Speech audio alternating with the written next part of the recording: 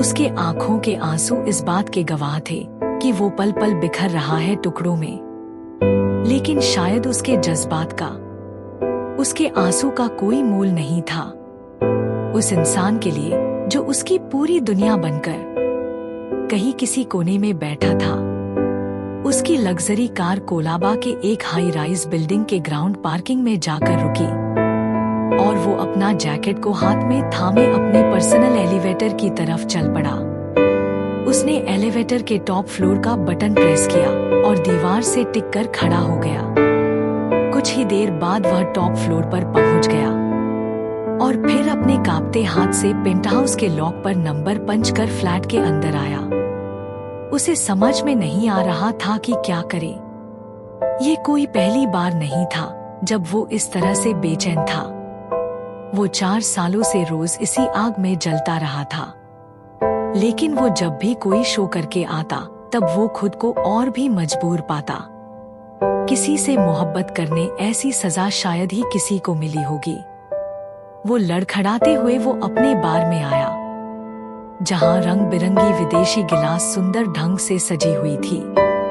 उसने एक गिलास में वाइन को ऊपर तक भर लिया और पीने लगा। लेकिन उसका दर्द थोड़ा भी कम नहीं हुआ। एक के बाद एक न जाने कितने ही गिलास उसने पी डाला। वो अभी उस चेहरे को कुछ देर के लिए भूल जाना चाहता था, लेकिन ऐसा कुछ भी नहीं हुआ।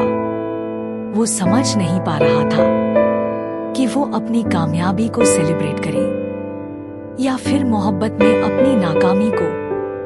वो थक कर अपने ओपन की टेरेस पर आया और टेरेस के पतले से रेलिंग पर लेट गया।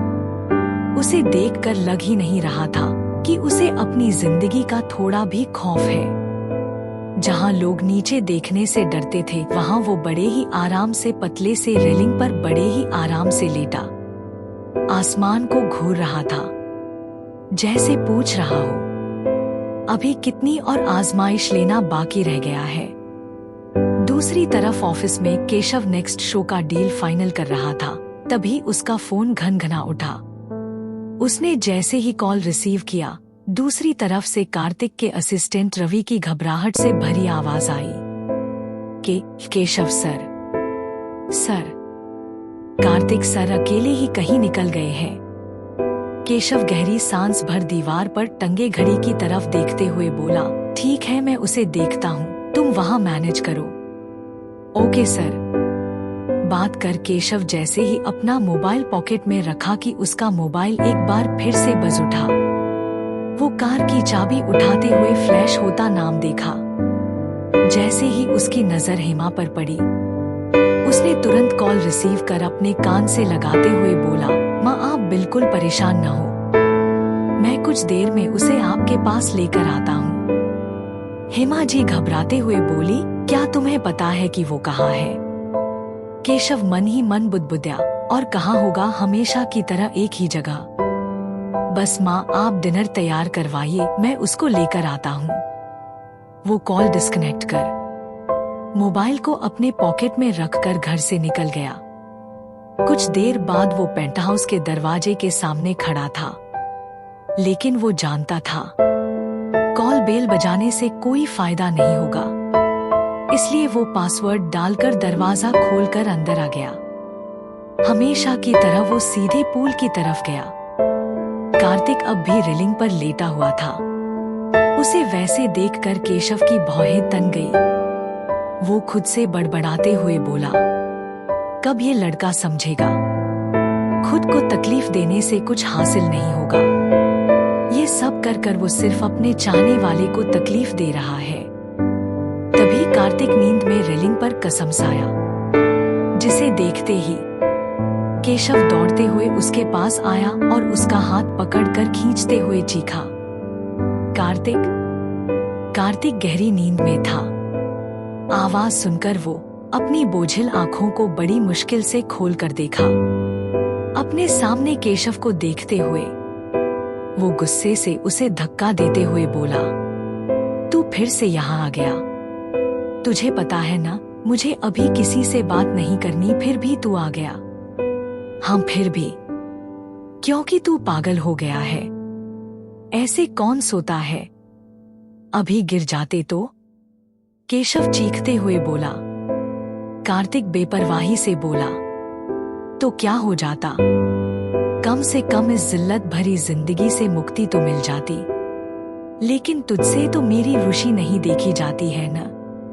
तू नहीं चाहता है ना कि मैं खुश रहूं? इसलिए तू हमेशा आ जाता है ना मेरी मुश्किलों को और बढ़ाने। कार्तिक अपने बालों में उंगली फेरते हुए झुंझलाहट से बोला, तू छोड़ क्यों नहीं देता मुझे अकेला?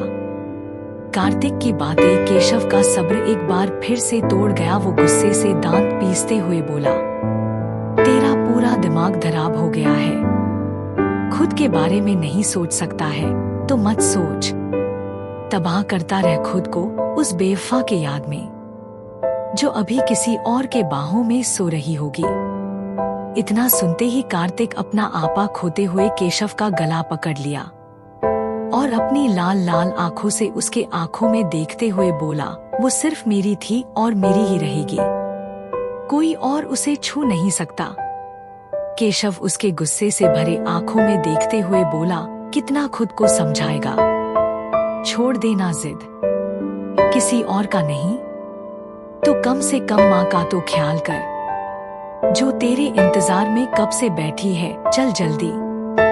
केशव कार्तिक का हाथ खींचते हुए बोला। कार्तिक गुस्से से अपना हाथ छुड़ाते हुए खोए हुए बोला, माँ के पास।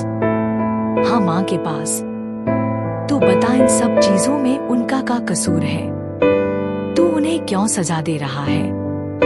कार्तिक व्यंग से मुस्कुराते हुए बोला, क्यों दीक्षित जी घर पर नहीं है? उन्हें तो मेरी शक्ल से भी नफरत है। फिर उस घर में मेरा क्या काम? यार कैसी बातें कर रहा है? वो तुम्हारे पिता है, क्या कोई बाप अपने बच्चे का बुरा सोच सकता है? कार्तिक दर्द से मुस्कुराते हुए बोला, सही कहा, सोच नहीं सकता, लेकिन उन्होंने किया है। मेरे अरमानों का खून। बताओ मैंने ऐसा क्या गुनाह कर दिया था जिसकी मुझे इतनी बड़ी सजा मिली? क्या सच में नहीं पता कि तुमने क्या किया था?